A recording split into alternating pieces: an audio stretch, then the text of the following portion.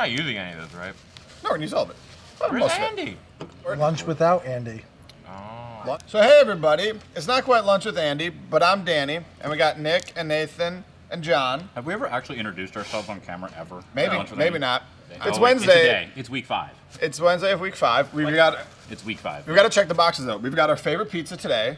This John's time it's pizza. from Papa John's. Best pizza for today. Well, if you didn't think about your bumpers 4 weeks ago, Now you're screwed. hopefully your robot is at least looking like a robot. Maybe it's not done, maybe it's missing a mechanism here or there, but this is the time you start thinking about building your bumpers. Especially as the robot gets built, there becomes less and less robot work to do. You got labor available, right? Now you can build your bumpers. So get those on, especially when you're gonna start running your robot around maybe your classroom or something before you run your hard robot frame into stuff, driving it for the first time. Break stuff and break it We haven't early. started building a robot yet. Is that bad? Nope. Brett put together a video. He did a real good job. We've actually got the set he built around here somewhere. That video is great.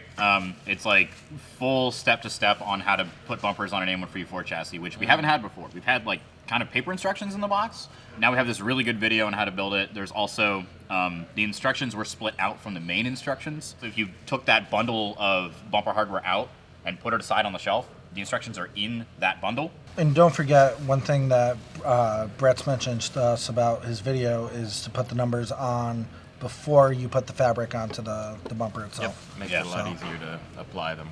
Especially iron-on bumpers. Yes. Iron-on numbers, right? And embroider, because there are a lot of teams that like Yeah. embroidering numbers. So. It's kind of difficult to put a whole bumper in an embroidery machine, yeah. With your robot starting to look like a robot, you probably are now just thinking about batteries for the first time this season, this week. It's always been, at least the teams I've been on, to have a policy to, at the very least, test every battery we have. We have a good battery tester available as well. The one that you've spent a bunch of time playing with and working on. I've got to go through our regimen with all our Cybertruth batteries again this year. But the West Mountain Radio battery tester that we've got for sale is so nice. Please check that out. Why is it so nice? What does it do? It's got a bunch of graphing features and tracking features, so you can track how your battery performs over years and see it dropping off. You can compare all your batteries. Check the page out, download the software, play around with it. It's a really cool tool. When possible, if you have the budget.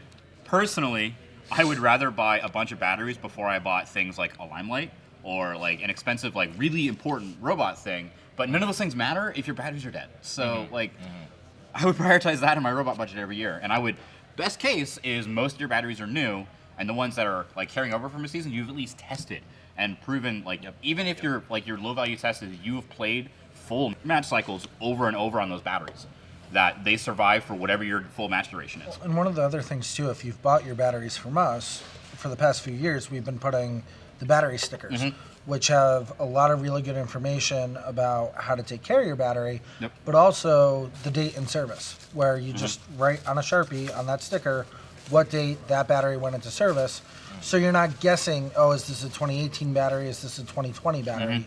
You know what day it went in service. We've actually got a few requests for that sticker by itself, so we started selling the battery hardware kit, which is the sticker, some shrink wrap, some good 1032 screws with nylock nuts and lock washers that make a really good connection between your battery leads, AM0009, and the battery itself. It's a lot better than the hardware that the batteries ship with, and it gives you the required insulation over the terminal. So, Pro tips with Nathan.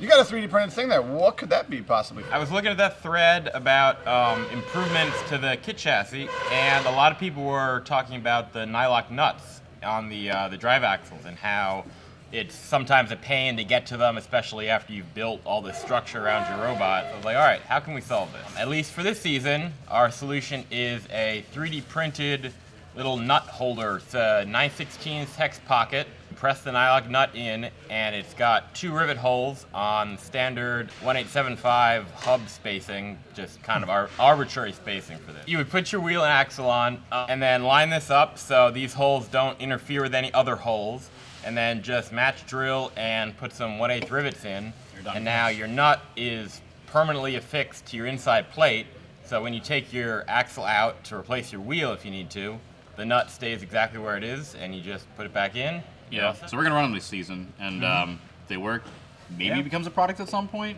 Yeah, Maybe if you guys want it, we're not really sure. We can probably throw it up in our 3D print folder anyway. Yeah, on we'll the probably, website, we'll probably so- do that within a week or two. This is like my favorite development time because like we're right in the middle of designing robots, and then we have an idea, and hey, this could be a product. Yeah. Which is really neat. Okay, It's usually where some of our favorite stuff comes from. Yeah. Hello. Hi. Hey. I'll get a chair. Nah. Yeah.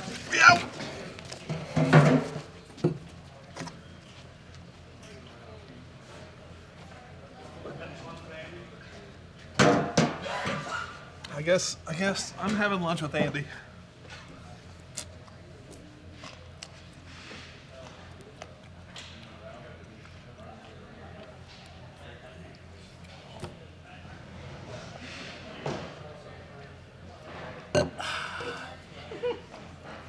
What's this? Oh.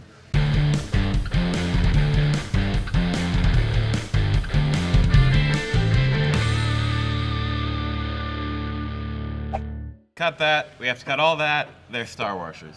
I forgot. Oh, you messed up. Yup.